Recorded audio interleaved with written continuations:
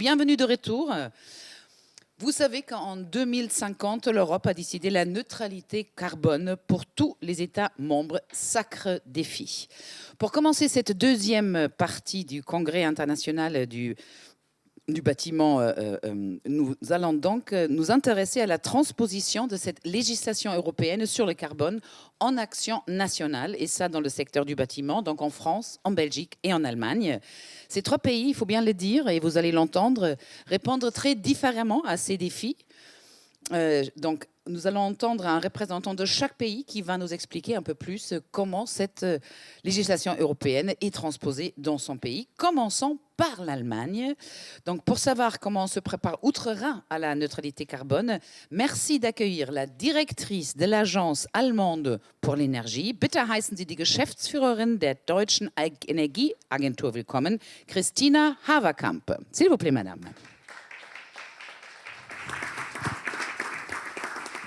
Wir sind sehr neugierig auf Ihre Erklärungen. Alors, nous sommes impatients d'entendre et d'écouter vos explications. Merci.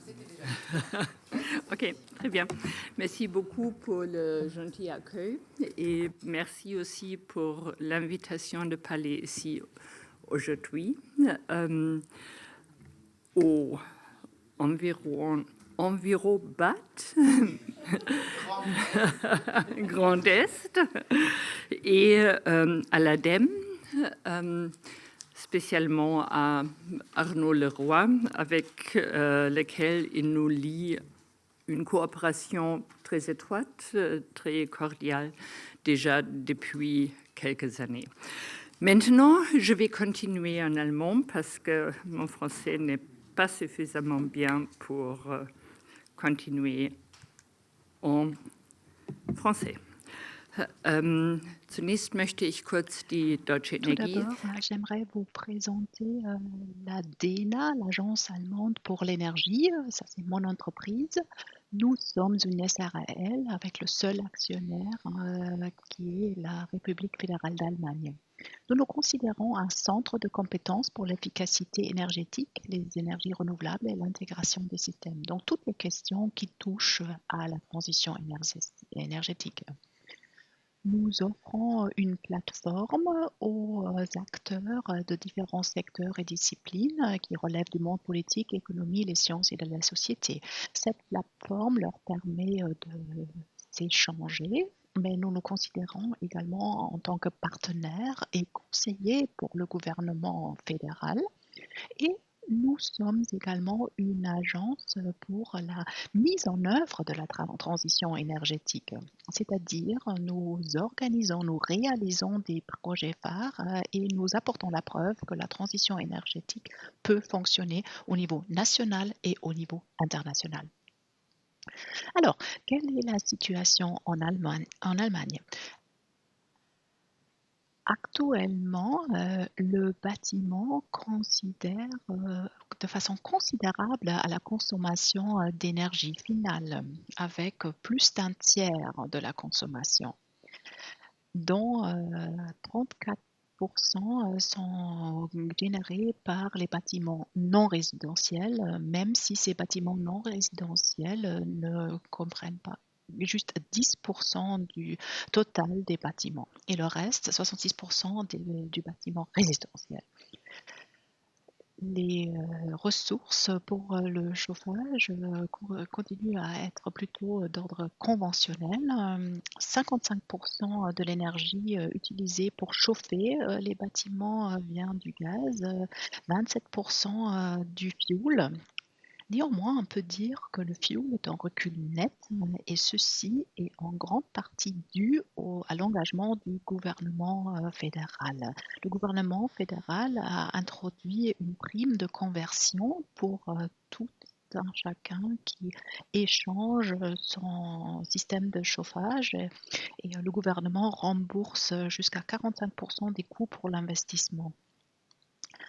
Le vent en poupe ont les pompes à chaleur avec une part de 24%, une nette augmentation. Mais il faut dire que ceci s'applique surtout aux bâtiments neufs. En ce qui concerne le bâtiment existant qui n'est pas vraiment rénové, ce secteur a très peu recours aux pompes à chaleur. La consommation énergétique pour le chauffage des locaux et des ECS en Allemagne a baissé depuis l'année 2002. C'est un résultat plutôt encourageant, mais quand on regarde les chiffres de près, on voit que depuis 2011, l'évolution ne baisse plus. Et nous avons encore un petit recul, surtout dans le domaine non résidentiel, mais surtout dans le domaine résidentiel, nous avons atteint un plafond. Quelle est notre approche? En Allemagne, tant qu'en France, nous sommes soumis à la législation européenne sous la forme de la directive européenne sur la performance énergétique des bâtiments, qui est déclinée par 3 lois. La loi sur les économies d'énergie, la réglementation sur les économies d'énergie et la loi sur les énergies renouvelables. Tout ceci a été regroupé sous la hulotte d'une seule loi, la loi sur les performances énergétiques des bâtiments, qui s'applique à la fois au secteur résidentiel et au secteur non résidentiel. Cette loi définit les standards de bilan et les normes, contient des règles pour l'établissement d'un certificat énergétique et règle aussi la part des énergies renouvelables pour la production de chaleur et de froid. Comparé aux lois prédécesseurs, on focalise davantage sur le bilan de CO2, mais pas exclusivement sur le bilan de CO2. Cette nouvelle loi favorise le certificat énergétique dans lequel on doit mesurer les émissions de CO2 par mètre carré dans le bâtiment. Mais il y a toujours un mais, il n'y a pas de focus sur les différentes composantes du bâtiment, il y a juste l'obligation d'établir la consommation totale. Je pense que ça c'est différent en France. Nous savons que cette loi sur les performances énergétiques des bâtiments ne peut être qu'une étape intermédiaire.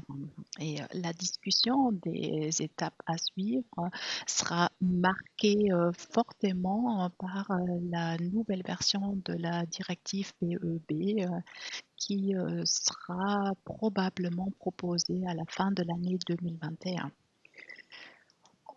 Les discussions sont déjà en cours par rapport aux approches futures en Allemagne et vous pouvez vous imaginer que les propositions sont assez controversées en Allemagne.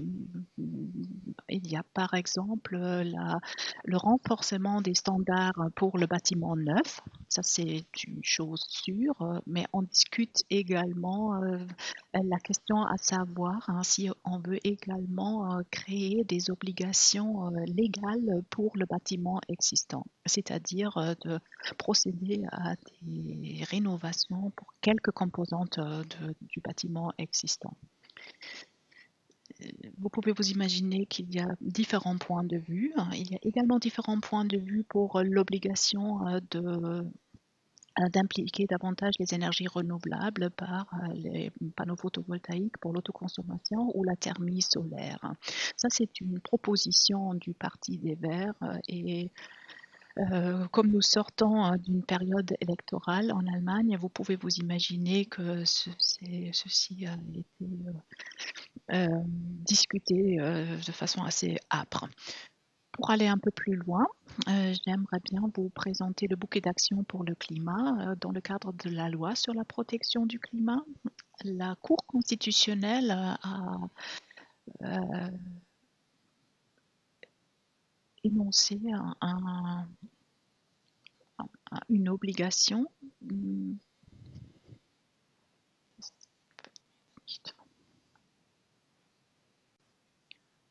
pour aller un peu plus loin concernant la loi sur la protection du climat, j'aimerais bien vous expliquer le contexte.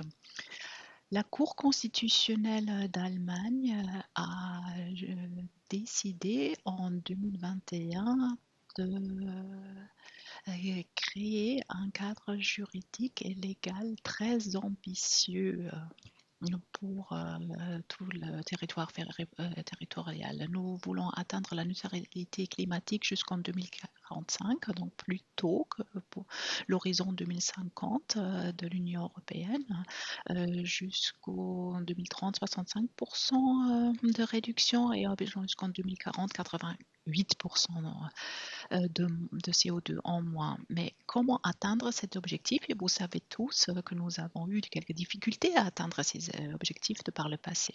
Voilà pourquoi nous avons créé un mécanisme dans la nouvelle loi sur la protection du climat. Ce mécanisme a pour but d'atteindre l'objectif au moins dans l'année suivante. Nous avons formulé des objectifs très très concrets pour la réduction des CO2 par secteur et aussi par année. D'année en année jusqu'en 2030, chaque secteur sait exactement combien d'énergie il peut consommer pour produire de l'énergie. Comme vous voyez ici sur la diapo, c'est le bâtiment qui est le seul secteur qui n'a pas atteint les objectifs en 2020. Il y a 2 tonnes de trop. Cette loi n'est pas un tigre en papier, mais prévoit le contrôle des émissions d'année en année par l'agence fédérale compétente. Ces résultats sont publiés d'année en année et quand on voit qu'un secteur n'atteint pas son objectif, cette information est transmise à un comité consultatif composé d'experts et ensuite au ministère. Malheureusement, nous avons 2 ministères compétents dans la matière pour l'instant et les 2 ministères doivent prendre des mesures ad hoc qui sont référées au comité d'experts qui va les évaluer et va décider si ce sont des mesures appropriées pour contribuer à la réduction des émissions. Ensuite, ces propositions sont présentées au cabinet de ministres, ensuite au Parlement et le Parlement est appelé à réaliser les changements législatifs requis pour atteindre ces objectifs. C'est ce que nous avons fait dans le domaine du bâtiment, dans le secteur du bâtiment. Et nous avons donc proposé, entre autres, d'augmenter le volume de subventions de 5,8 milliards en sus des 12 milliards qui étaient déjà mis à disposition. Vous voyez que ce sont des sommes impressionnantes, mais vous voyez aussi le piège pour les subventions dans le domaine, dans le secteur du bâtiment, parce que de nouveaux programmes de subventions ne veulent pas juste dire que ces programmes sont nouveaux, mais améliorés. De par le passé, nous étions confrontés au problème suivant. Il y avait plusieurs dispositifs qui n'étaient pas compatibles. On a essayé de les faire converger. Après, il y avait des problèmes et des susceptibilités dans le contexte des différents ministères. Mais finalement, on a fait converger tous ces programmes et dispositifs. Et il y avait une institution pour des bâtiments avec plus d'efficacité énergétique où on a essayé d'améliorer le programme des crédits déductibles d'impôts et aussi des subventions proprement dites. Et on a essayé de les faire converger, de créer une certaine interconnexion et une meilleure compatibilité. Vous pouvez vous imaginer que c'était très complexe de générer cette nouvelle uniformité et harmonisation entre les différents ministères compétents. Et voilà pourquoi on s'est adressé à mon agence et on nous a demandé conseil équipe pour savoir comment harmoniser davantage la situation. Un autre pilier très important est l'établissement d'un prix national du CO2. Ça, c'est une décision que nous avons prise en 2020 et ça, c'est un programme qui est fonctionnel depuis 2021. En 2021, nous avons fixé un prix de 25 € par tonne de CO2 avec une augmentation du prix à la tonne progressif jusqu'à 55 € par la tonne jusqu'en 2025. Plusieurs programmes électoraux ont constaté que ça ne suffira pas. Je suis aussi de cette opinion-là, mais on peut s'imaginer aussi d'adapter ce prix dans le cadre de l'échange des droits des émissions européens. Évidemment, des normes légales sont un dispositif important, mais il y a aussi la force de l'innovation du marché et des entreprises proprement dites.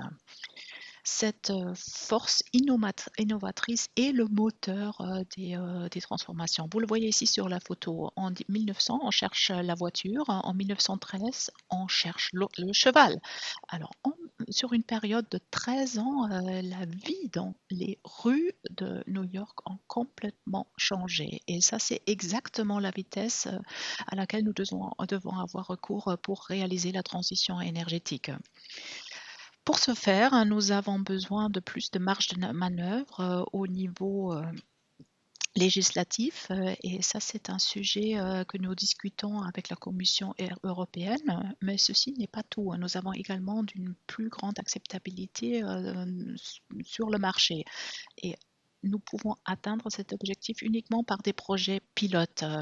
Voilà pourquoi nous misons sur des projets phares que nous réalisons en partie aussi sur la plateforme franco-allemande avec l'ADEME. Et ça, c'est quelque chose qui est très, très encourageant.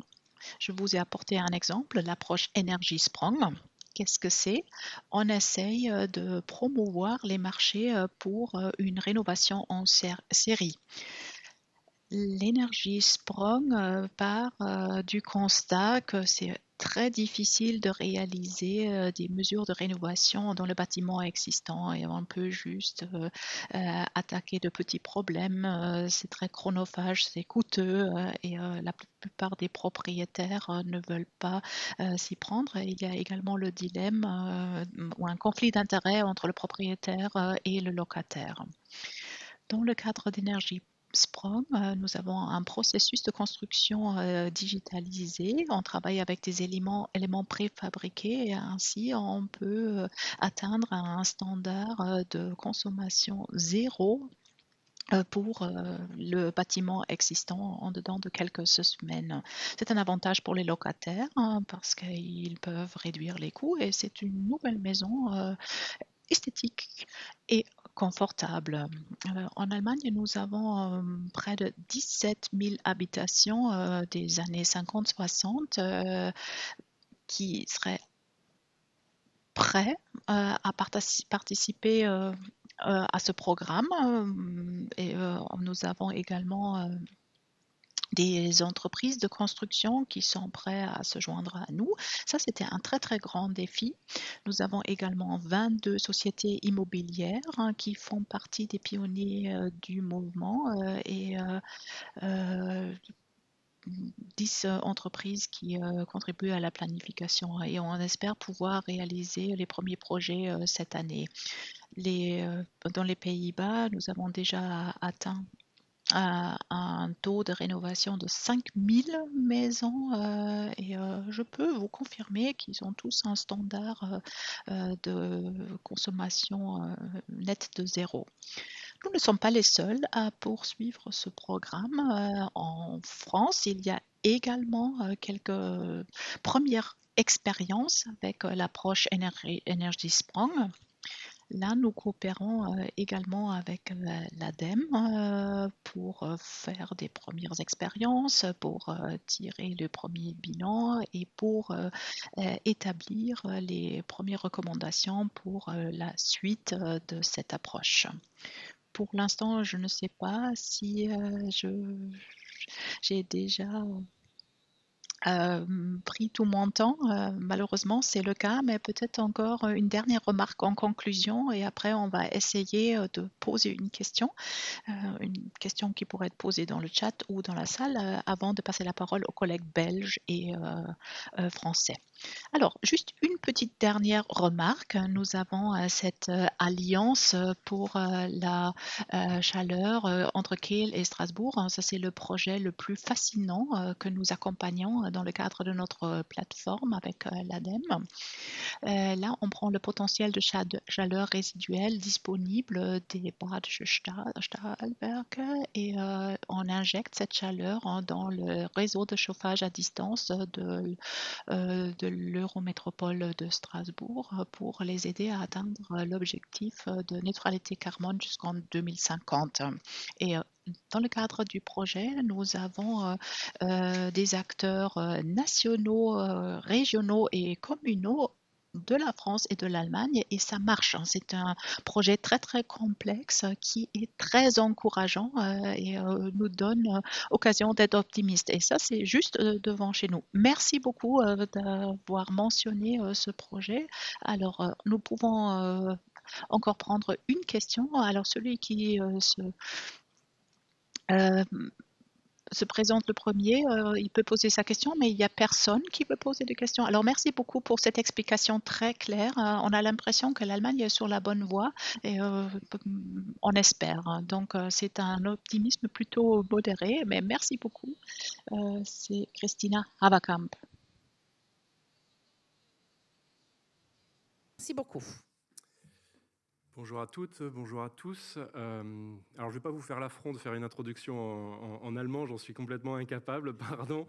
Mais juste pour vous dire qu'on est ravis également des expérimentations et des collaborations qu'on a avec l'ADENA. Donc, merci de les avoir mis en visibilité. C'est important pour nous également. Sur le sujet de la transposition et de la législation européenne, c'est également un levier essentiel pour l'atteinte de la neutralité carbone à l'horizon 2050. Et les enjeux en France sont prégnants. D'une part, sur le volet énergétique, parce que si on parle de la consommation d'énergie des bâtiments, le secteur des bâtiments, c'est 45% en France de la consommation d'énergie. 29% pour le résidentiel et 16% pour le tertiaire. Alors, si on plonge un petit peu plus en détail sur ce graphique, on peut voir l'évolution en fait au travers du temps de ces consommations d'énergie et les comparer avec d'autres secteurs tels que l'industrie en rouge sur le graphique ou les transports en orange. Et on voit que la part cumulée de résidentiel et tertiaire reste très importante au niveau de la consommation d'énergie finale. Sur les émissions de gaz à effet de serre, le secteur des transports représente 19% également, donc 19% des émissions de gaz à effet de serre liées aux bâtiments résidentiels et tertiaires, et 15% sont directement attribuables au chauffage combustible. Donc de la même façon, si on essaye de dépeindre une photo plus large en comparaison avec les autres secteurs, en France, les émissions de gaz à effet de serre sont pour 70% dues à l'utilisation de l'énergie, que ce soit dans les transports pour 30% ou alors dans le résidentiel et le tertiaire, comme j'ai dit, à hauteur de 19%. Donc c'est le deuxième contributeur et c'est loin d'être négligeable. Donc face à ces enjeux, quel levier activer ? Le premier, c'est sans doute la législation européenne et sa transposition en France, notamment au travers de la réglementation RE 2020. Alors, la directive européenne, la directive de performance énergétique des bâtiments, impose d'appliquer à la fois une méthode de calcul de la performance énergétique intégrée des bâtiments et également des exigences minimales, oui, en matière de performance énergétique des bâtiments neufs. Et pour ce faire, on a donc en place la réglementation thermique 2012, mais à partir du 1er janvier 2022, comme ça a été rappelé par la ministre, c'est la réglementation RE 2020 qui va s'imposer. La directive de performance énergétique des bâtiments au niveau européen impose également des exigences minimales en matière de performance énergétique sur les bâtiments existants. et également une certification de ces performances des bâtiments existants. Donc pour répondre à cette obligation, en France, nous avons en place le diagnostic de performance énergétique qui, en quelque sorte, met une étiquette sur les bâtiments existants pour qualifier de leur performance énergétique. Alors, je vais rentrer un petit peu plus dans le détail de la réglementation RE 2020 parce que, comme ça a été rappelé, effectivement, la France a été assez pionnière dans le domaine puisque la RE 2020 inclut à la fois un volet sur la consommation d'énergie, mais également prend en compte les gaz à effet de serre et le confort d'été, comme on va le voir, et puis également dans l'approche méthodologique puisqu'on prend une approche d'analyse de cycle de vie. Donc, en premier lieu, les grandes orientations de la RE 2020. Les orientations s'articulent autour de 3 objectifs. Le premier étant de donner la priorité à la sobriété énergétique, on en a largement parlé en début de matinée, et également à la décarbonation de l'énergie. Donc c'est une réglementation qui va bien au-delà de la réglementation existante, la RT 2012, puisqu'on vise donc un renforcement de l'enveloppe du bâtiment afin de privilégier la performance plutôt sur le long terme, puisqu'on est convaincu qu'une meilleure performance énergétique entraîne bien évidemment une baisse des consommations. Et donc, l'ARE 2020 incite à une consommation d'énergie décarbonée également et au recours à la chaleur renouvelable. Donc voilà pour le premier objectif. Le deuxième objectif ensuite, une fois la sobriété et la décarbonation, c'est l'objectif de diminution de l'impact carbone de la construction des bâtiments. Et ça, comme je l'ai mentionné, c'est pris en compte sur l'ensemble des émissions, enfin c'est l'ensemble des émissions du bâtiment qui sont pris en compte et sur l'ensemble du cycle de vie dès la phase de construction. Donc c'est clairement, au travers de la RE 2020, une incitation au recours à des modes de constructifs qui sont peu émetteurs de carbone et qui permettent également de stocker le carbone, avec également des mesures visant la décarbonation des filières industrielles et l'introduction de davantage de mixité des matériaux, sujet qu'on a évoqué également. Enfin, le troisième objectif, c'est la garantie du confort en cas de forte chaleur. Et donc, le fait de concevoir des bâtiments qui vont être adaptés aux conditions climatiques futures et également de privilégier le recours à des systèmes de climatisation qui sont dits passives. Et je détaillerai par la suite. Donc voilà, si on rentre un petit peu plus dans le détail de chaque volet énergie, volet émissions de gaz à effet de serre et volet confort d'été, à commencer par le volet énergie. Donc pour résumer, l'objectif dans la RE 2020, c'est à la fois des bâtiments qui consomment moins, donc la notion de sobriété, mais également des bâtiments qui utilisent des énergies décarbonées. Alors des bâtiments qui consomment moins, c'est au travers du renforcement de l'enveloppe, quel que soit le système de chauffage envisagé. Et ça se traduit simplement par des besoins bioclimatiques qui sont réduits d'au moins 30% par rapport à la RT 2012 pour les logements. Alors, cet objectif de 30% est à moduler afin de tenir compte des contraintes technico-économiques. Donc, par exemple, pour les maisons individuelles, ce n'est pas 30% de réduction, mais c'est 20% pour les maisons individuelles de petite surface, inférieures à 70 mètres carrés, et également 20% en termes d'objectifs pour les immeubles collectifs de petite taille, donc inférieurs à 500 mètres carrés. Au niveau de l'utilisation des énergies décarbonées, en maison individuelle, il existe un seuil dans la RE 2020, un seuil qui est fixé et qui de facto exclut le chauffage principal au gaz à partir de 2022. Donc c'est une transition qui est progressive et encore plus progressive dans le logement collectif, puisque on a le même objectif d'exclusion, mais un rythme qui est moins soutenu, avec une transition progressive entre 2022 et 2025. Ensuite, la RE 2020 fixe également un objectif de systématiser le recours à la chaleur renouvelable, donc au travers des pompes à chaleur, l'utilisation du bois, des réseaux de chaleur urbains qui sont vertueux, tout en empêchant à la fois le retour aux radiateurs électriques. Et donc, il y a également un enjeu de faciliter les investissements qui sont nécessaires à la décarbonation des réseaux de chaleur. Et donc, un régime particulier est mis en place jusqu'à 2028. Donc, c'est prévu dans la RE 2020. Concernant le deuxième volet, donc concernant l'objectif de réduction des émissions de gaz à effet de serre, L'objectif est clair, c'est réduire d'au moins 31% les émissions de la construction des bâtiments neufs à l'horizon 2031. Il faut savoir que pour un bâtiment neuf performant, les produits de construction et équipements représentent entre 60 et 90% de son impact carbone total, et ce sur une durée de 50 ans. Donc c'est particulièrement important de s'y intéresser et de viser une transition progressive vers des bâtiments bas carbone, en misant à la fois sur la diversité des modes constructifs, mais également sur la mixité des matériaux, en encourageant également le stockage de carbone via l'analyse de cycle de vie dite dynamique, en ayant recours au bois et aux matériaux biosourcés, également aux matériaux géosourcés, tels que la pierre ou la construction en terre crue. Et puis enfin, puisque la responsabilité, puisque les produits et construction de construction et équipements sont des contributeurs importants, il est important également de planifier la décarbonation de leur industrie. Voilà, donc décarbonation de l'industrie des matériaux et des équipements de construction. Concernant le volet sur le confort d'été, l'objectif, c'est d'avoir des bâtiments qui sont plus agréables en cas de forte chaleur, parce qu'on le sait, ces épisodes de canicule vont devenir plus importants et plus fréquents.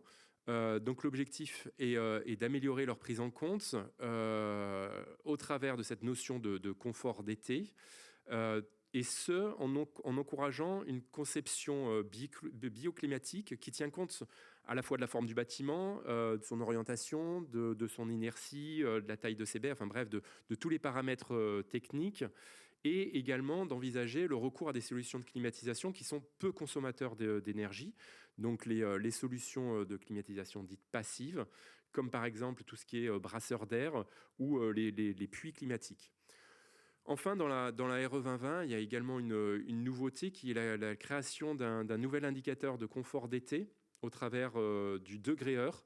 Donc cet indicateur sur le degré-heure exprime à la fois la durée de l'inconfort et son intensité. Donc c'est un aspect qui est important et qui est pris en compte dans la RE 2020. Voilà, donc on l'a dit, la directive européenne de performance énergétique des bâtiments impose des exigences minimales sur le parc, sur les bâtiments neufs, mais également sur le parc existant. Et c'est pour ça que c'est particulièrement important de s'attaquer à la rénovation au travers d'objectifs nationaux qui sont ambitieux. J'ai un petit bug sur la slide, mais c'est pas grave. Voilà, des objectifs nationaux ambitieux au travers du plan climat, puisque c'est 500 000 logements rénovés par an qui sont visés au travers du plan climat. Et pour soutenir ce plan, nous avons des dispositifs d'aide. Au niveau du secteur résidentiel, ça se traduit au travers de MaPrimeRénov'. Oui, enfin, je vais passer rapidement puisque la ministre en a parlé. Donc, au travers de MaPrimeRénov' et également au travers des aides qui sont disponibles via les certificats d'économie d'énergie. Et puis, en termes de financement aussi, l'accès à des éco-prêts à taux zéro. Voilà pour ce qui est des dispositifs d'aide, sans oublier les aides locales également. Et puis, important, c'est les dispositifs d'accompagnement, puisqu'en France, on a mis en place un service public gratuit pour conseiller et accompagner les particuliers. Donc, on s'appuie sur un réseau existant depuis 2001. Ce sont notamment les anciens espaces info énergie. Et maintenant, le réseau, c'est plus de 1000 conseillers FAIRE qui sont disponibles pour conseiller et accompagner les particuliers dans leurs projets de rénovation. Voilà. Sur le secteur tertiaire, alors les objectifs se traduisent par la voie législative au travers du dispositif éco-énergie tertiaire. Le dispositif éco-énergie tertiaire concerne tous les habitants qui abritent des activités tertiaires, que ce soit pour le secteur public ou privé, et dont la surface des bâtiments est supérieure à 1000 m². Donc tous ces assujettis au décret tertiaire ont l'obligation de réduction de leur consommation d'énergie finale sur l'ensemble de leur parc de bâtiments. Ces objectifs sont une réduction de la consommation d'énergie de 40% à l'horizon 2030, 50% en 2040 et 60% en 2050. et ce par rapport à 2010. Pour aider à l'atteinte de ces objectifs, une plateforme a été mise en place et développée par l'ADEME, la plateforme Opéra, dont le but est de vérifier l'atteinte des objectifs, donc le respect des assujettis aux dispositifs éco-énergie tertiaire, mais également des renseigner sur les actions qu'ils pourraient mettre en œuvre. Voilà, donc vous avez le lien si vous voulez en savoir plus. Voilà pour un panorama rapide des actions en France. Je vous remercie pour votre attention. Merci beaucoup, Monsieur Pasquier. Merci, merci, merci. Restez là, parce que nous avons une petite question que je relève dans le chat. Alors, l'urbanisme des communes s'oppose très souvent à l'isolation extérieure des bâtiments, qui est la plus efficace pour des raisons de préservation de patrimoine. Arriver à faire isoler son bâtiment relève souvent du parcours de combattant. Que faire ? Oui, c'est une bonne question. Effectivement, on connaît la performance technique de l'isolation des bâtiments par l'extérieur. Maintenant, il y a des contraintes locales qui s'imposent de temps en temps. Donc, effectivement, bon, la voie législative pourrait faciliter justement et encourager ce type d'isolation. Donc, c'est une des réponses à creuser. Voilà donc ce qu'il en est pour l'instant, mais effectivement c'est soumis à beaucoup de contraintes localement à l'heure actuelle, malheureusement. Donc pas de solution directe. Et juste avant de me tourner à vous dans la salle à nouveau, en tant que néophyte de la question de la rénovation, je voudrais quand même comprendre pourquoi il y a cette particularité française que en France on demande aussi un bilan de carbone des matériaux de construction, ce qui n'est pas le cas dans les autres pays d'Europe pour l'instant. Pourquoi? Il doit y en avoir une raison et peut-être une petite idée comment faire face à ce défi supplémentaire. La raison, c'est d'abord l'impact des produits de construction. Donc, je l'ai mentionné, on sait que c'est un impact important sur le bilan carbone, donc il faut l'adresser. Donc, juste le questionner et le quantifier, ça permet déjà de pouvoir avoir une idée de son impact spécifique sur un bâtiment particulier pour pouvoir le prendre en compte, mieux le prendre en compte et choisir des produits de construction qui sont moins émetteurs de carbone. La France a choisi cette voie plus contraignante que les autres pays? C'était ça ma question. Oui, bah c'est au travers justement, et c'est effectivement là où on est assez pionnier, c'est au travers de la démarche en analyse de cycle de vie qu'on va regarder dès la conception du bâtiment quel produit de construction est le plus approprié pour atteindre nos objectifs de réduction des émissions de gaz à effet de serre. Donc c'est une ambition bien française comme celle de l'Allemagne qui veut atteindre le zéro net déjà en 2045 au lieu de 2050. Tout à fait. Donc est-ce qu'il y a encore une autre question que Monsieur Pasquier à laquelle Monsieur Pasquier peut répondre dans l'immédiat? Il me semble pas. Donc un dernier applaudissement. Merci beaucoup pour vos explications. Donc, vous l'avez bien compris, ce qui nous manque maintenant, c'est le point de vue belge sur l'histoire. Et pour ça, j'ai le plaisir de vous présenter le président de l'Agence wallonne de l'air et du climat, la AVAC, qui n'a pas pu se rendre aujourd'hui. À mon avis, il prépare la journée de demain. Et donc, il va être avec nous à travers une vidéo. Stefan Kulz, le floor is yours. Merci de prendre la parole. Oui, bonjour à tous. J'espère que vous m'entendez. Parfaitement bien, merci. Merci. Je m'excuse de ne pas être présent parce qu'effectivement, j'ai d'autres obligations, mais néanmoins, je suis quand même présent par la vidéoconférence. Donc, l'Agence wallonne de l'air et du climat est une agence gouvernementale qui dépend en fait du ministre de l'Environnement et du ministre du Climat, puisque maintenant nous avons deux ministres séparés en Wallonie. Et donc, je vais regarder ça plutôt d'un aspect climatique. Je ne suis pas un expert en énergie. Nous avons une direction générale énergie au niveau de la région wallonne. Donc, je vais regarder ça avec un œil à ces changements climatiques. Et de manière générale, j'espère que vous voyez bien ma présentation, au niveau de la région wallonne, donc à chaque nouveau gouvernement, le gouvernement présente ses priorités dans ce qu'on appelle une déclaration de politique régionale. Et sur les aspects climatiques et sur les aspects énergétiques, voici les grandes lignes.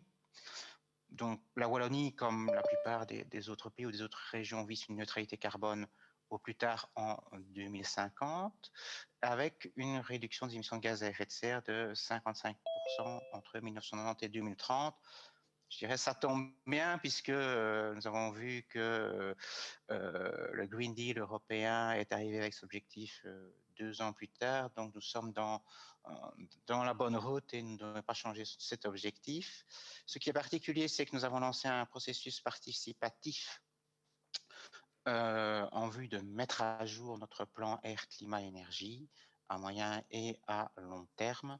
Et donc, ce processus est toujours en cours. Donc, on attend un petit peu le résultat de ce processus pour finaliser le plan et actualiser le plan à l'horizon 2030.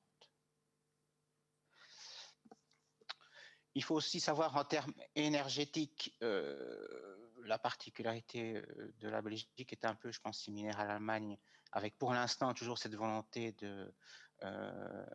d'abandonner l'énergie nucléaire d'ici 2025. Ça reste un débat assez complexe en Belgique et au moment où je vous parle, je ne peux pas encore vous dire si ce sera appliqué ou pas, mais en tout cas, c'est bien l'intention initiale, et aussi l'abandon des énergies fossiles au profit de 100% d'énergie renouvelable. Actuellement, nous travaillons aussi à un cadastre des subsides fossiles en vue d'une élimination dans le courant de l'année 2025. D'autres aspects sont aussi importants. Au niveau de l'agence, nous travaillons à tout ce qui concerne la transition juste, puisqu'effectivement, nous savons que les personnes les plus fragilisées risquent d'être touchées par les mesures liées à la mise en œuvre des obligations climatiques, et un observatoire du climat qui est plus quelque chose lié à l'adaptation de nos territoires au changement climatique. Si je reprends mes chiffres, mais donc mes chiffres, comme je l'ai dit, je vais plus avoir une vision changement climatique en gaz, en CO2 de manière générale. Donc entre 1990 et 2020, au niveau des émissions territoriales, la Wallonie a réduit de 33% ses émissions de gaz à effet de serre. Si on regarde le secteur résidentiel, c'est une réduction de 14%. Il faut savoir que la Wallonie a, d'une certaine manière, bénéficié de réductions importantes dans le secteur lié au système d'échange de quotas d'émissions de gaz à effet de serre, donc le secteur industriel, où nous avons connu de fortes modifications du secteur sidérurgique dans le courant 2008-2010. Ça se voit bien sur le graphique sur votre droite et la barre en orange. De manière générale, le secteur résidentiel représente 16% des émissions de gaz à effet de serre, avec, comme je l'ai dit, une diminution. On observe une augmentation des émissions du secteur tertiaire, qui lui est à 4%. Cette augmentation n'est pas due à une sous-performance du secteur tertiaire, mais effectivement une augmentation de la part de ce secteur dans les activités économiques de manière générale.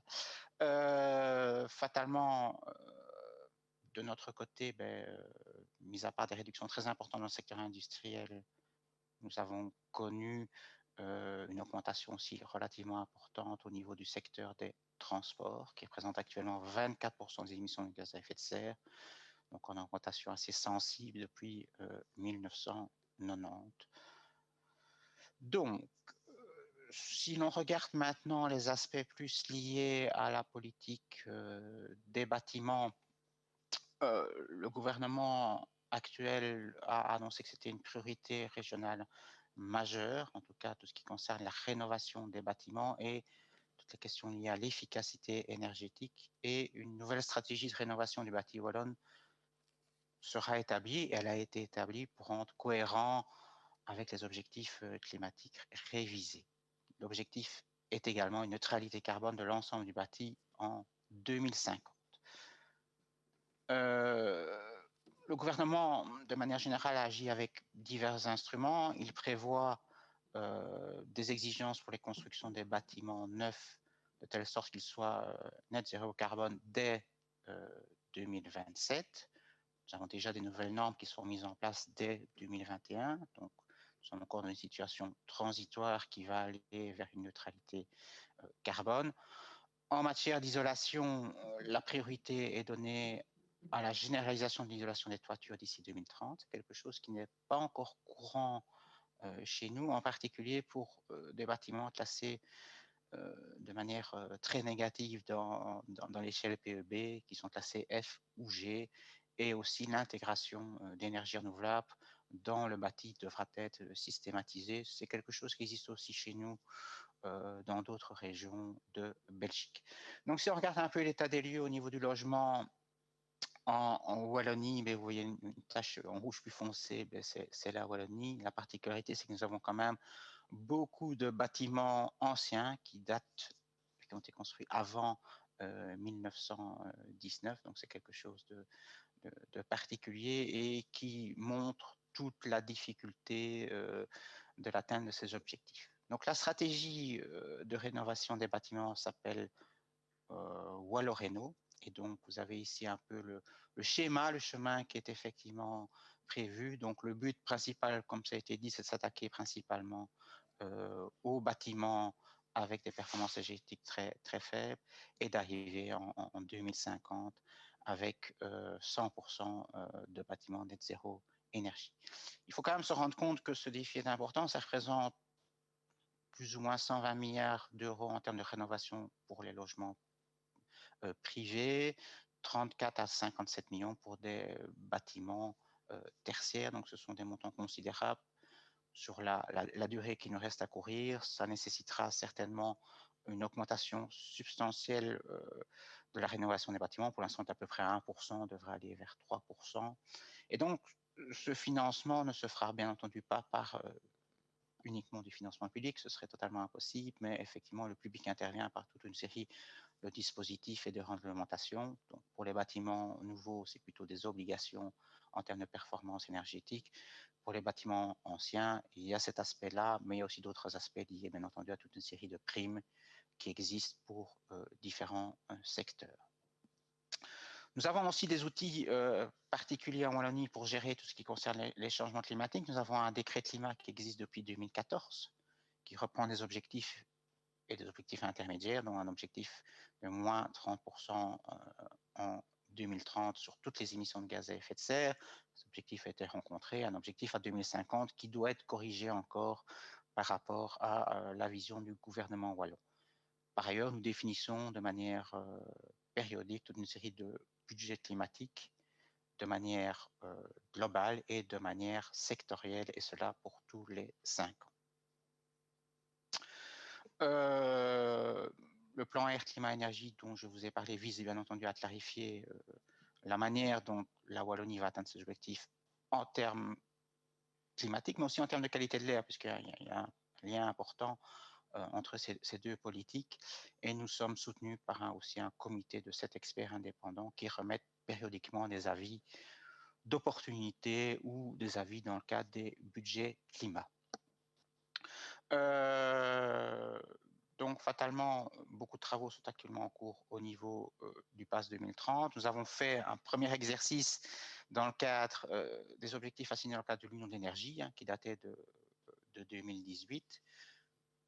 Nous savons aussi, en termes contextuels, que le pacte vert pour l'Europe, qui a été mis sur les rails en 2019, mais dont les propositions législatives sont arrivées dans le courant de cet été, change substantiellement une série d'objectifs. Pour la Belgique, l'objectif dans le secteur non inclus dans le système d'émissions de gaz à effet de serre passe de moins 35% à moins 47% par rapport à l'année 2005. Et on voit l'instauration d'un système d'échange de quotas d'émissions pour le secteur des bâtiments résidentiels et du transport routier, ce qui est aussi nouveau et qui vient se rajouter dans les processus déjà en cours. Donc sur le processus participatif, de manière générale, je dirais, on l'a tiré au sort de manière représentative. Actuellement, 50 citoyens qui travaillent tous les mois dans plusieurs réunions. Nous avons cherché à les informer de manière particulière, d'abord avec, je dirais, un document de base qu'on appelle l'infopack, qui reprend toutes les données possibles. On a essayé puisqu'on sait qu'on peut avoir diverses visions pour atteindre l'objectif de neutralité carbone à l'horizon 2050, de présenter diverses visions par des spectacles représentant et soutenus par divers acteurs de la société, que ce soit les entreprises, la société civile, les jeunes. Et effectivement, c'est les panélistes qui ont le contrôle de leur travail, donc ils peuvent faire appel à des experts et à des discussions.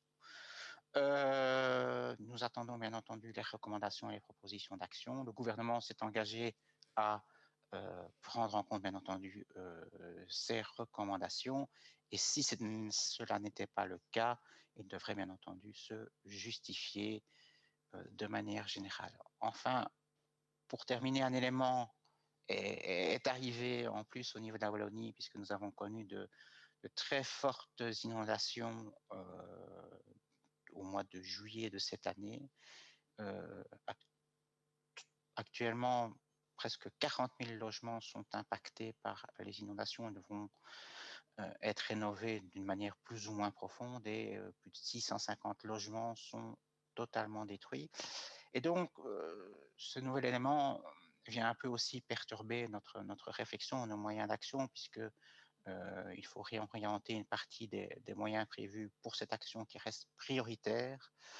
Le relogement doit se faire sans attendre, et effectivement, toute une série de nouveaux problèmes sont arrivés en termes de logement, puisque on a observé au cours de ces inondations, par exemple, une série de pollutions importantes liées à l'utilisation de citernes au fioul liées au chauffage domestique des bâtiments.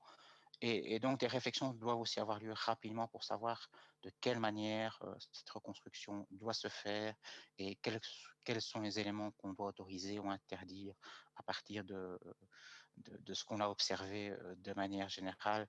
Et donc, voilà, c'est quelque chose qui vient aussi rajouter dans la difficulté de trouver des ressources humaines pour rénover les logements en Wallonie.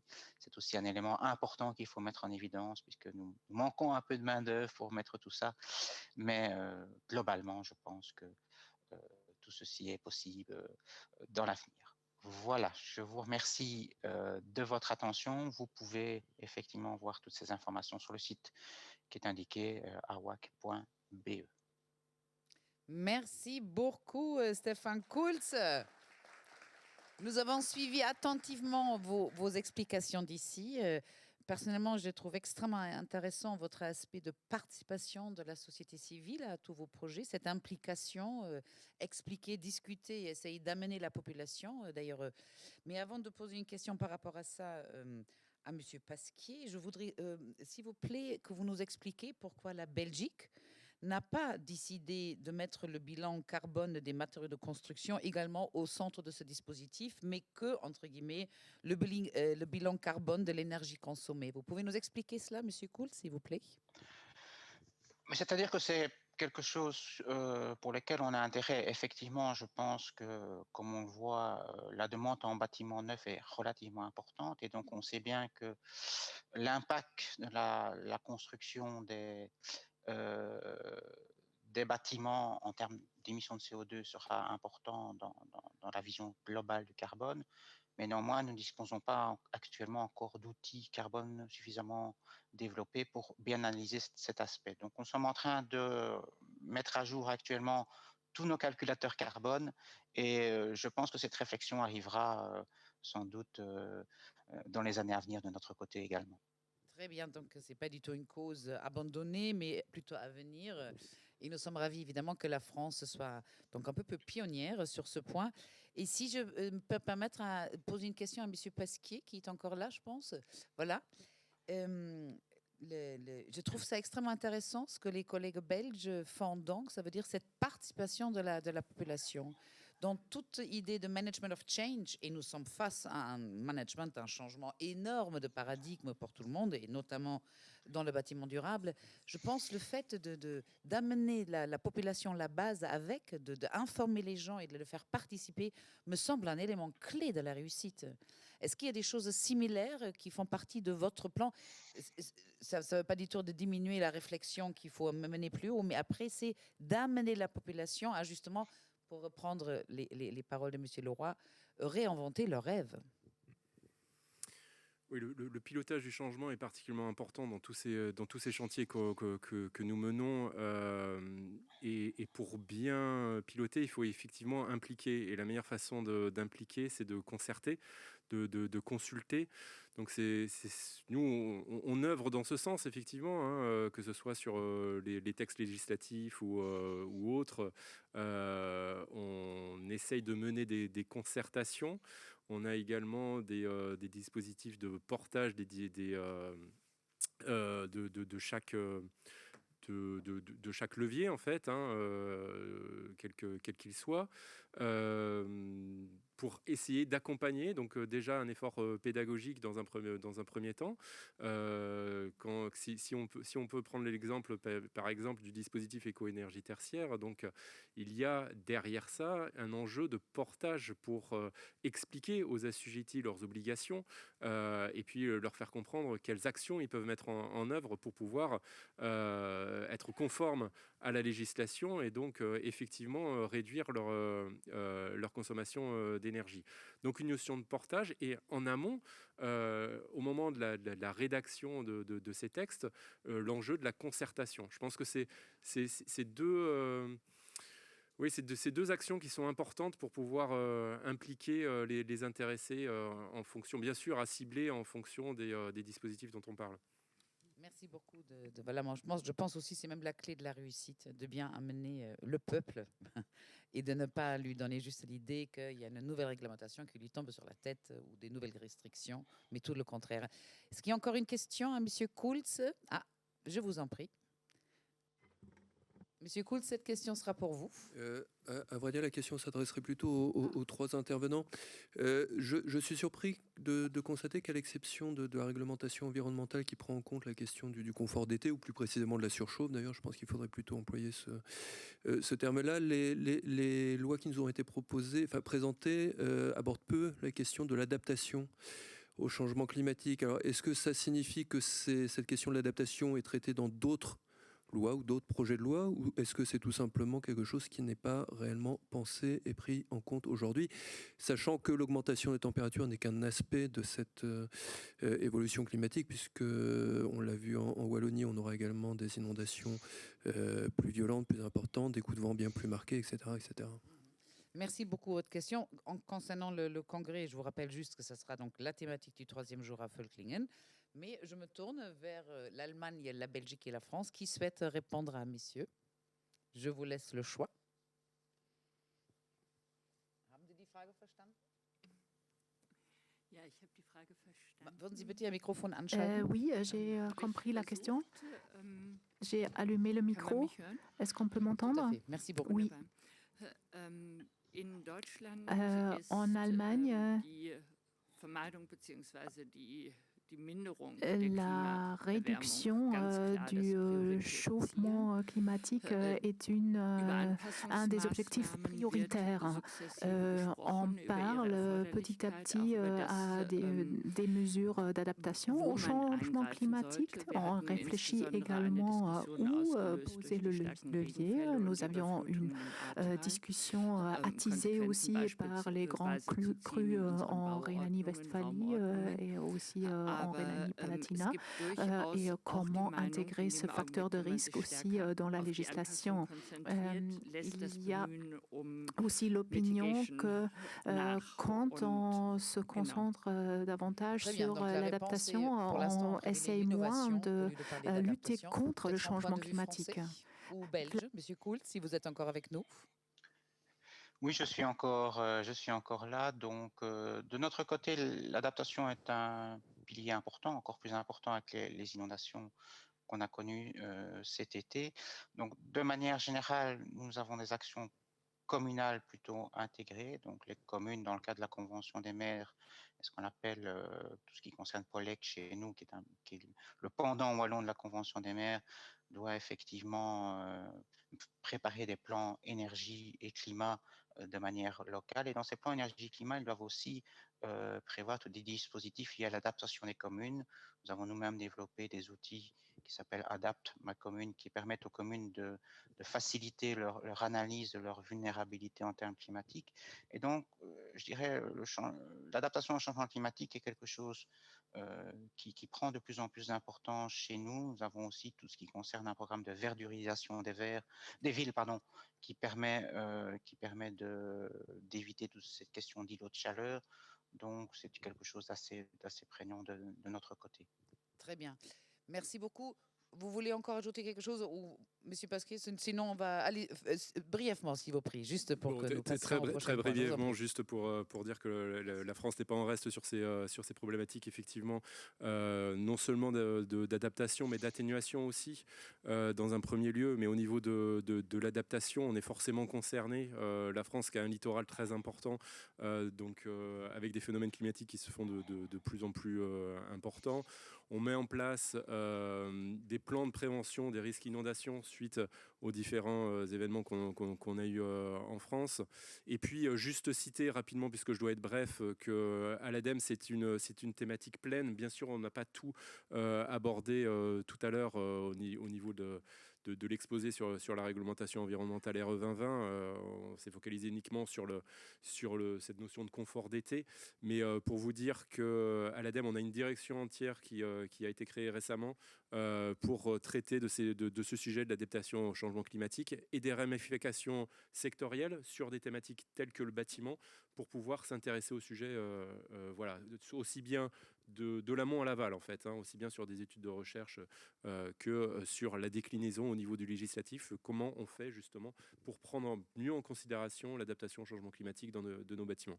Très bien, merci beaucoup pour compléter donc ce petit tour de pays. Donc l'adaptation, finalement, tout le monde l'a sur le radar, mais peut-être en concert avec plein d'autres mesures pour ne pas, comme vous dites, empêcher l'innovation dans le bon sens. Ich werde jetzt die Sprache wechseln, die nächste Je vais changer de langue pour annoncer la prochaine intervenante. Nous avons hâte d'écouter ce qu'elle a à nous dire. Elle travaille également pour la DENA, où elle est senior experte pour des bâtiments efficaces en énergie et performantes. Elle est spécialisée dans le domaine du financement durable. Ça, c'est un aspect très important. Il s'agit de mieux comprendre l'approche des banques et du monde financier pour évaluer la construction durable. Le mot-clé, c'est taxonomie, mais c'est quoi et comment la taxonomie peut-elle changer, bouleverser le bâtiment? Nous souhaitons la bienvenue à Madame Nana von Rottenburg. Applaudissons. Frau von Rottenburg, das Wort ist Ihres. Madame von Rottenburg, la parole est à vous. Merci beaucoup pour cette petite introduction et je regrette amèrement de ne pas pouvoir être parmi vous aujourd'hui, mais je vais partager ma présentation avec vous et j'espère que je pourrai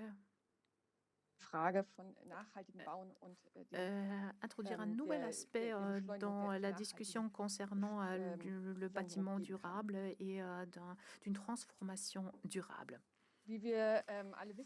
Comme nous savons tous, nous ne sommes pas sur la voie d'atteindre l'objectif de 1,5 degré qui ont été formulés par l'ONU.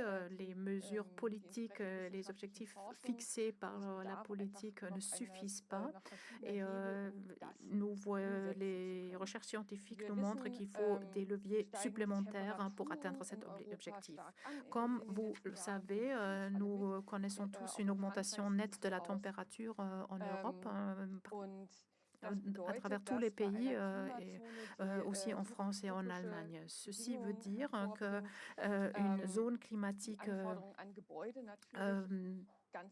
subtropicale a d'autres exigences envers les bâtiments que la situation pour laquelle on a construit jusqu'à présent. Il y a également d'autres défis pour les bâtiments et vous pouvez vous imaginer que cette évolution est liée étroitement à la valeur des bâtiments. Comme vous pouvez voir ici, le Forum économique mondial tient également compte des risques mondiaux. qu'il a défini en tant que risque écologique et risque économique, parce que l'évolution écologique impacte aussi l'économie, et il faut aussi tenir compte de la gestion des risques. Il y a des opportunités et des risques qui sont liés au changement climatique. D'un côté, nous avons l'opportunité d'investir davantage dans les mesures de protection contre le changement climatique. Nous pouvons le faire par intégrer la durabilité et la protection du climat dans la gestion et le contrôle de l'entreprise. Mais de l'autre côté, l'adaptation au changement climatique est indispensable pour préserver la valeur des bâtiments à l'avenir. L'immobilier est lié à des risques physiques. Comme nous avons déjà vu, il y a de plus en plus d'ouragans, de la grêle, des crues. Les bâtiments qui se trouvent à proximité du littoral sont particulièrement vulnérables. Ça veut dire qu'il y a peut-être des problèmes de trouver un assureur pour ces bâtiments dans des positionnements vulnérables. Mais il y a aussi des risques transitoires qui ont un impact sur la valeur du bâtiment écoulant de changements de normes. Ça, c'est ce que nous avons vu par l'impact de la fixation de nouveaux prix pour le CO2 et l'interdiction de location qu'on connaît en Angleterre, par exemple, où on n'a plus le droit de louer son logement quand le certificat pour l'énergie est trop négatif. Mais il y a également le changement du comportement de l'utilisateur qui peut présenter un risque. Quand il y a par exemple un locataire qui n'a plus, qui loue un bureau ou qui loue un logement et requiert davantage de refroidissement que ce qui est présent. Et tout ça impacte la valeur d'un immobilier ou d'un bâtiment et change aussi le point de vue des banques et des assureurs. Quand on ignore les risques que je viens de mentionner, il y a aussi une forte probabilité d'une perte massive de la valeur du bâtiment. Et à la fin, ce bâtiment est considéré en tant qu'actif échoué. S'il y a de plus en plus de risques tels que je viens de les décrire, il est possible de perdre la valeur qu'on aimerait bien conserver.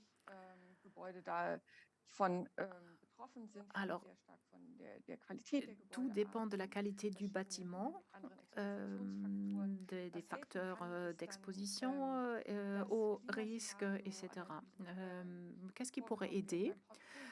On pourrait faire des analyses des scénarios climatiques lorsqu'on compose un portefeuille immobilier. On essaye d'évaluer l'exposition à ces risques. On essaye de voir si ce bâtiment ou ce bâtiment est impacté et quelles sont les mesures pour prévenir de tels risques.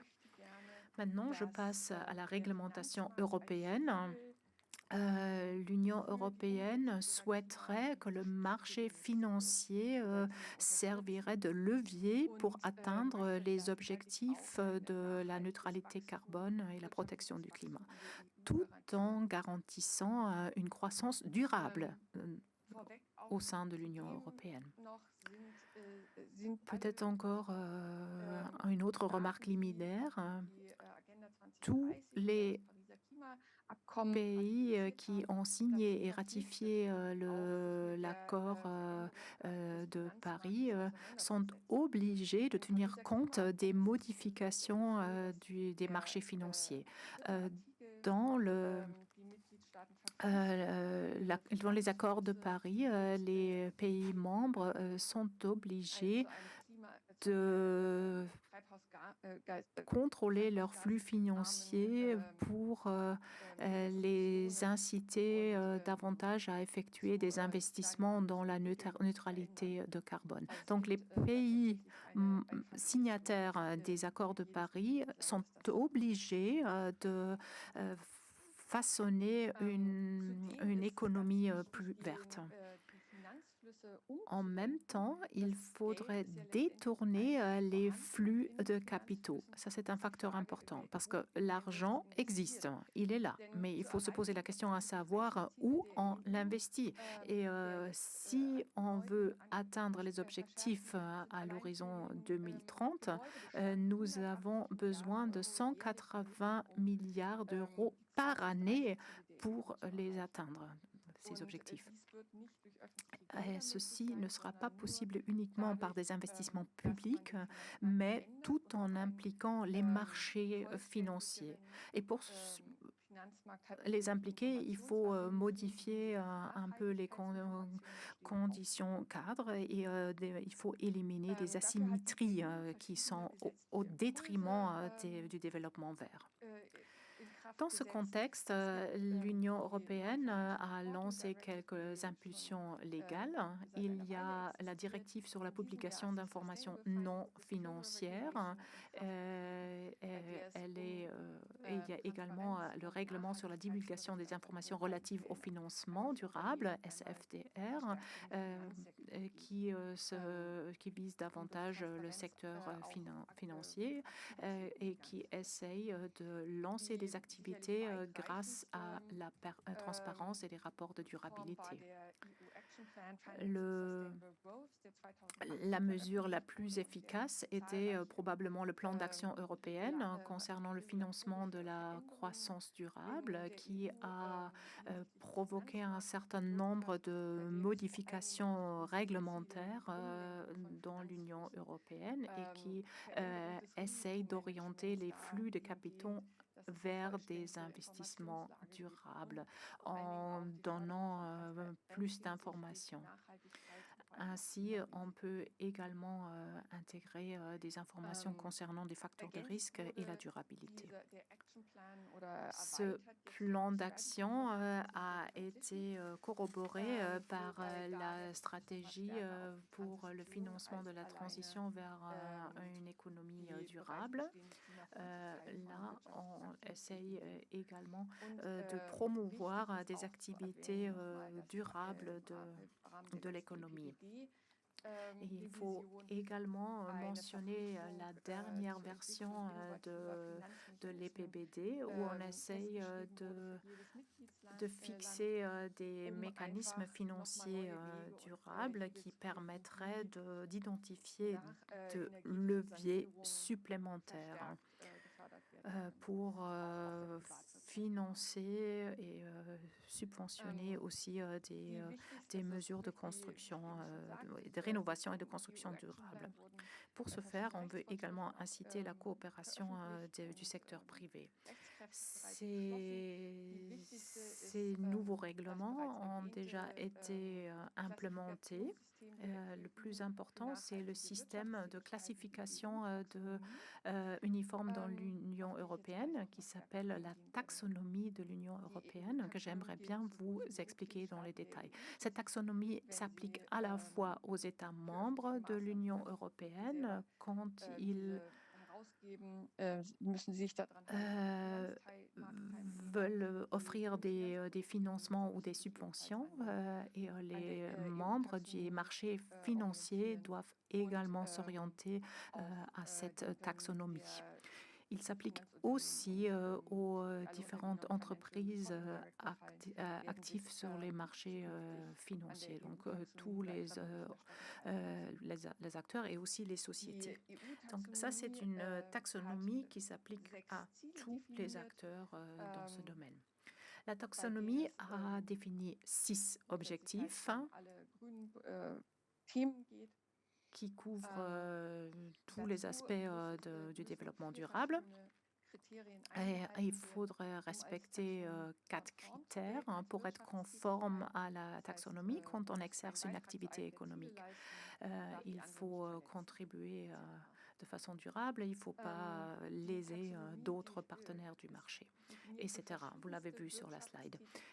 La taxonomie définit les activités économiques des différents secteurs.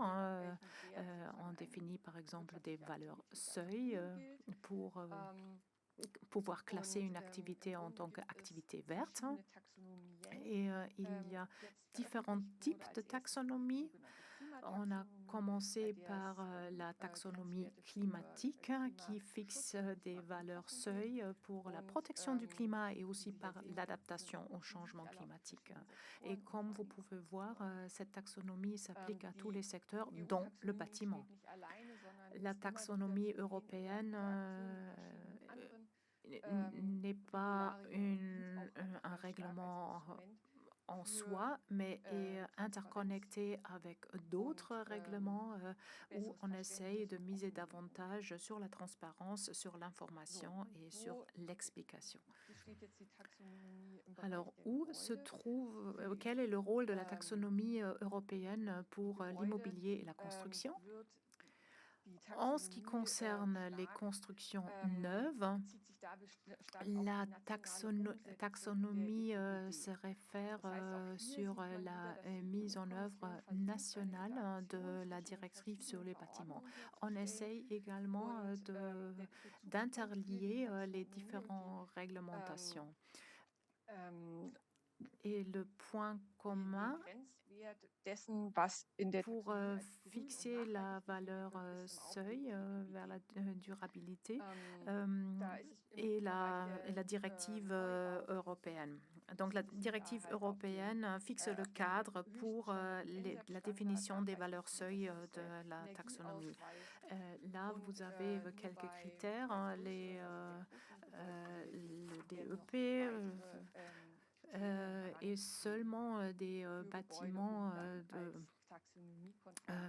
plus importants doivent remplir aussi d'autres critères pour être classés en tant que dans la case verte de la taxonomie.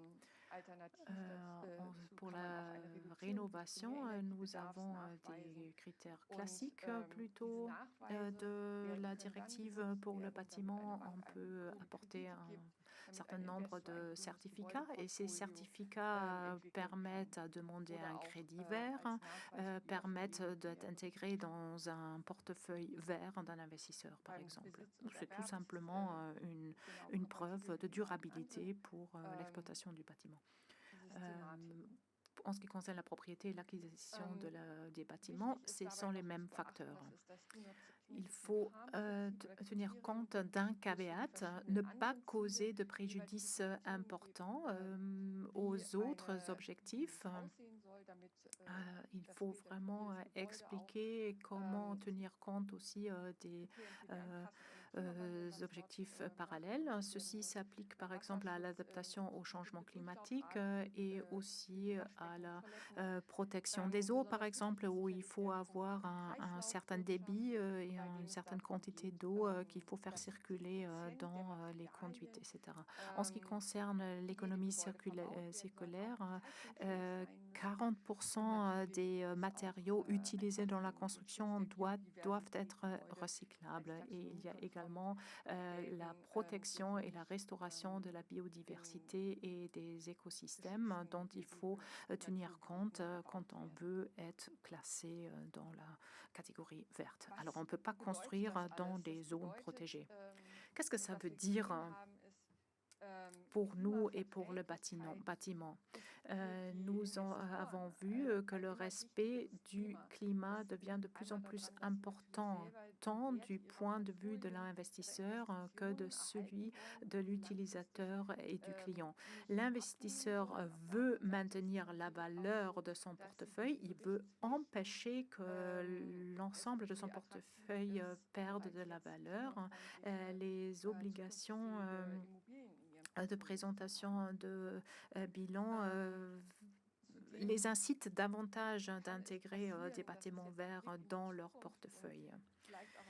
Et en plus, il est possible, ça c'est un tout petit peu de la spéculation vers l'avenir, mais on discute déjà à plusieurs niveaux que des bâtiments qui n'ont pas subi une rénovation thermique et écologique, qui ne sont pas construits avec des bâtiments biosourcés et écologiques, qui n'ont pas de protection solaire, qui n'ont pas adapté leurs besoins énergétiques à l'environnement, pourraient perdre de la valeur. Donc, on en discute. En Allemagne, on en discute également de changer le décret sur l'accordement de crédit avec un bâtiment en tant que garantie pourrait être adapté selon les critères écologiques. Donc, il faudra tenir compte de la valeur énergétique et bioclimatique du bâtiment pour déterminer le seuil pour le crédit.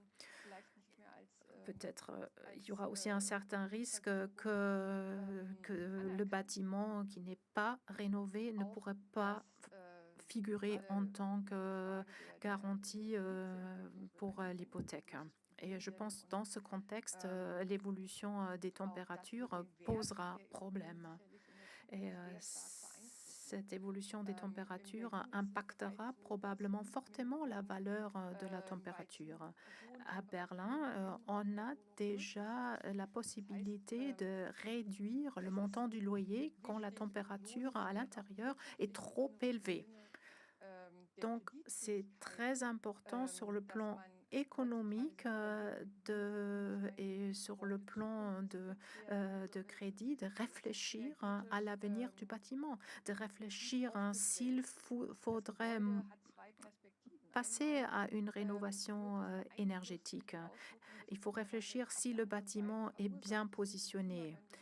Le bâtiment est un facteur clé. D'un côté, le bâtiment contribue au changement climatique s'il est énergivore, s'il contribue aux émissions de gaz à effet de serre. Et de l'autre côté, il perd de la valeur. Donc, ça vaudrait la peine d'investir dans la rénovation, d'améliorer la situation économique et de prévenir des pertes économiques. Merci. Merci beaucoup, Madame von Rottenburg, pour cette présentation très intéressante. Si vous voulez que ça soit encore aussi valeureux dans l'avenir, il vaut mieux de rénover aujourd'hui avec cette perspective donc énergétique pour que ça ne perd pas de valeur, surtout pas non plus aux yeux de votre banque ou de votre assurance, mis à part tous les autres aspects que nous avons donc balayés aujourd'hui. Merci beaucoup. Je sais que c'est dur de recevoir autant d'input en étant passif, mais d'ici quelques instants, vous allez pouvoir manger, donc ça va vous redonner des forces. Mais avant, il y a encore un grand moment d'émotion qui vous attend.